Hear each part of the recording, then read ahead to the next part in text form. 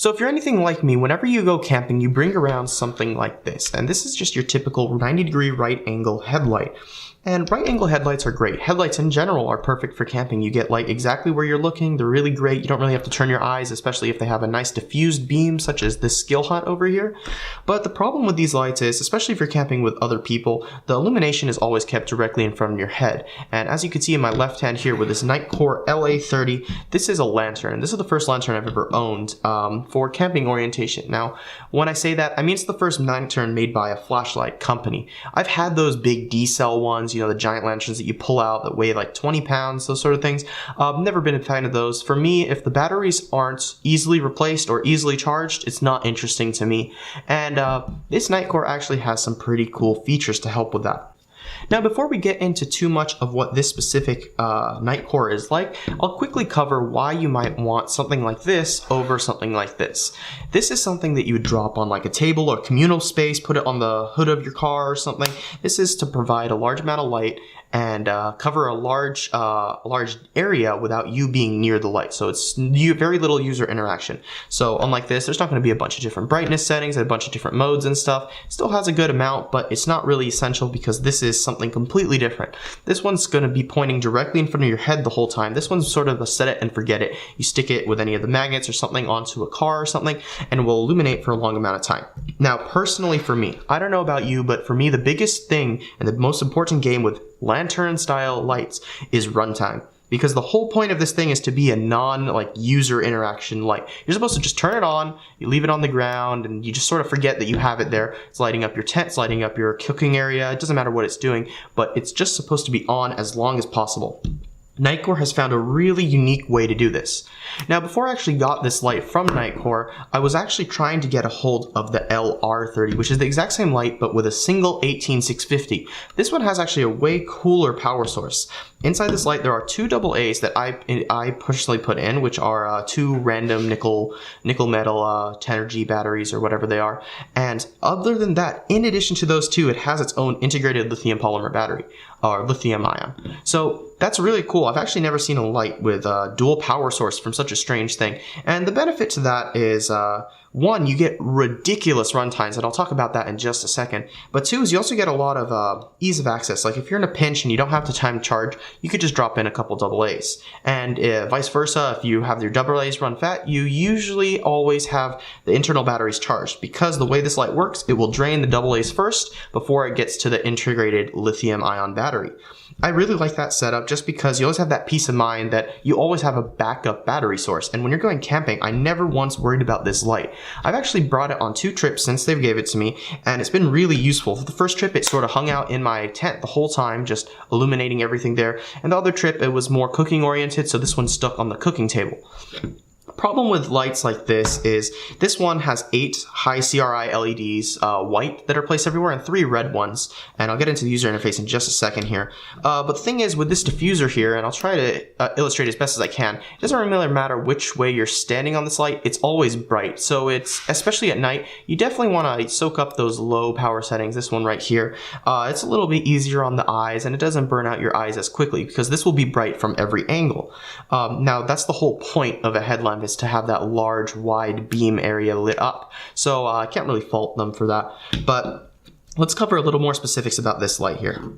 So standard, as with all Nitecore flashlights, this is a waterproof IP66 rating, impact resistant. It's a tough little light. I mean, it's nothing crazy. All lights made by Nitecore, any reputable flashlight brand, that's just a standard once you get into this sort of thing. It's just expected of flashlights. This particular one here, some cool little features. You have a little hook to mount it to things, various tent mounts and like trees or whatever you have hanging. And if that is not available, you have 2 very strong magnets in this. One nice thing they did with the magnets in these is, unlike the Skill Hunt over here, the Skill Hunt has actually a magnet in the back of this, but it's a bit weak, especially if you're trying to stick the light with one of the heavier protected cell batteries. It starts to slide around a little. Kind of nice thing Nitecore did is the magnets in here are actually more than strong enough to hold up the light with both AA's inside of it. I really like that. They took the time to put some nice magnets in there, because those are really useful, especially if you're going to be doing anything around a car with those metal body panels. So the user interface for this light is very similar to the NU25 in my last video. You hold it down to turn on, which is kind of unique to the lantern. You do single clicks to cycle through its 3 brightness settings of whites, and you hold it down to turn it off. If you single click this light, you'll get this red LED to light up, and you'll get blinks from 1 to 3 giving you a rough idea about the percentage of the battery for the lithium ion battery only. There's no way to check the battery voltage for the AA's, but as AA's go, battery voltage on AA's is a bit shaky. Lithium batteries are a little more predictable. AA's can give or take several volts for what output they give. Now other modes, you double click for your red modes. You have a low power red, a high power LED, single blink red for like a beacon, and you have SOS. Now the LEDs here, you get 3 LEDs and the 8 white, 3 red LEDs and the 8 white LEDs. The 8 white LEDs are actually my favorite part about this light. They're just such a nice warm tint, very soft and very easy on the eyes. And that's something I'm starting to see a lot more in modern lights from Nitecore. And it's a really nice feature that they're adding just because it makes it so much more usable. It's not that harsh blue that comes in some of the cheaper lights. Now this light's priced at $40, which I think is a pretty decent price for what it offers as a single camping lantern. Now let's talk about what my personal favorite part of the light is, and that's its insane run times.